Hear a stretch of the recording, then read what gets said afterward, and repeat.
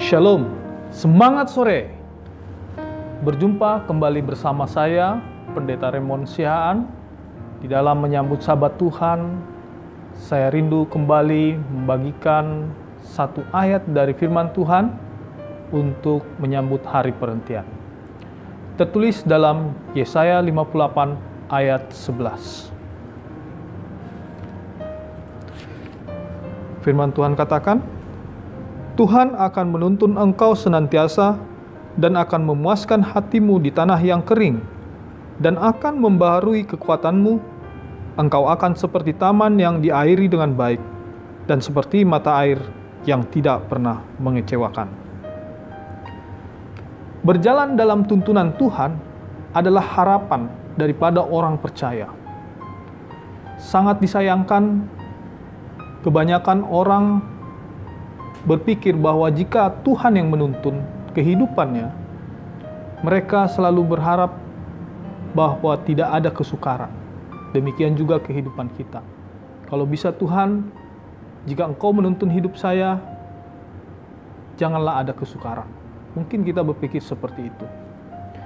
Namun, Tuhan tahu yang terbaik dalam kehidupan kita. Terkadang kesukaran Tuhan izinkan untuk membuat iman kita semakin bertumbuh. Di dalam Ulangan 32 ayat 11 dan 12, laksana Raja Wali menggoyang bangkitkan isi sarangnya, melayang-layang di atas anak-anaknya, mengembangkan sayapnya, menampung seekor dan mendukung di atas kepaknya. Demikianlah Tuhan sendiri akan menuntun dia dan tidak ada Allah asing menyertai dia. Sebagaimana burung Raja Wali ketika mau hendak mengajarkan anak-anaknya terbang, burung ini tidak mau membiarkan anak-anaknya dalam zona nyaman. Terkadang anaknya dijatuhkan, dan pada saat anak-anak Raja Wali tidak bisa terbang, di saat itulah induknya menyelamatkan di atas bahu daripada induk Raja Wali ini. Demikian juga Tuhan izinkan kesulitan, masalah, kekecewaan terjadi dalam kehidupan kita.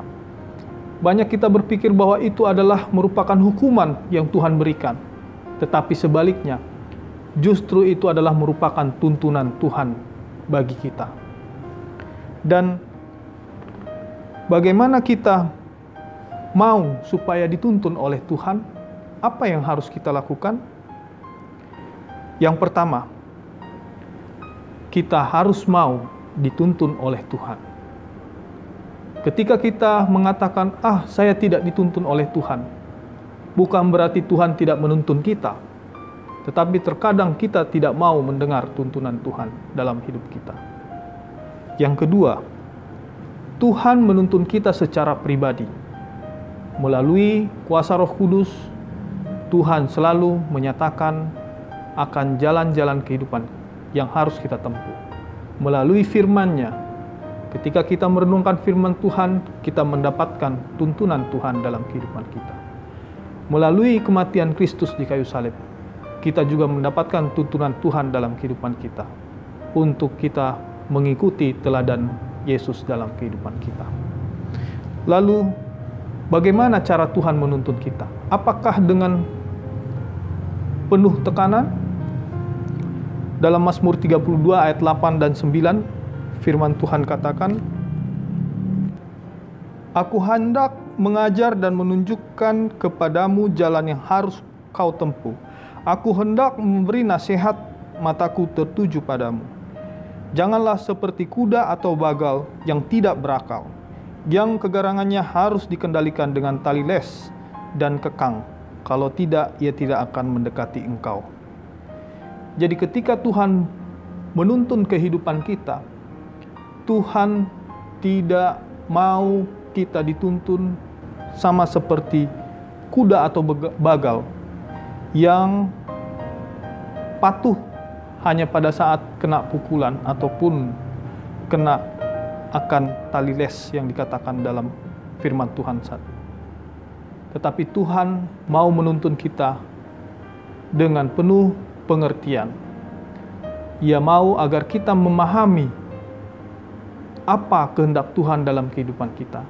Sehingga dengan demikian, hari demi hari, hidup kita diubahkan.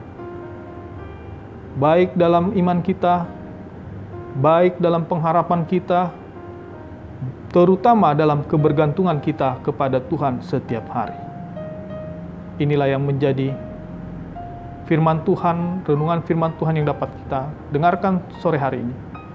Mari kita terima tuntunan Tuhan dalam kehidupan setiap saat. Mari kita bersatu di dalam doa. Bapa kami yang bertahta dalam kerajaan sorga, terima kasih kami ucapkan kehadirat Tuhan atas firman Tuhan yang telah kami dengarkan pada sore hari ini. Biarlah kami sebagai umat-umat Tuhan senantiasa selalu menerima tuntunan Tuhan setiap saat dalam hidup kami. Sehingga ya Bapa, hidup kami senantiasa selalu diarahkan pada kebenaran firman Tuhan. Dan kami dapat berkenan di hadapan Tuhan, terutama memuliakan Tuhan dalam hidup kami setiap hari. Terima kasih Bapa, berkati akan saudara-saudara kami, baik sahabat-sahabat EHM. Biarlah kiranya firman ini dapat tertanam dalam hati kami, bertumbuh dan dapat menghasilkan buah yang tentunya memuliakan nama Tuhan. Di dalam nama Tuhan Yesus kami berdoa. Amin. Besok jangan lupa kita bergereja di tempat kita masing-masing. Bagi sahabat-sahabat EHM yang tentunya rindu untuk bergabung bersama kami. Kami tidak pernah bosan-bosan mengundang sahabat-sahabat EHM untuk bersama-sama berbakti di tempat kami, di gereja kami, yang beralamat di Jalan Pemuda nomor 47C, Depok. Demikianlah firman Tuhan yang dapat kami sampaikan. Tuhan Yesus memberkati.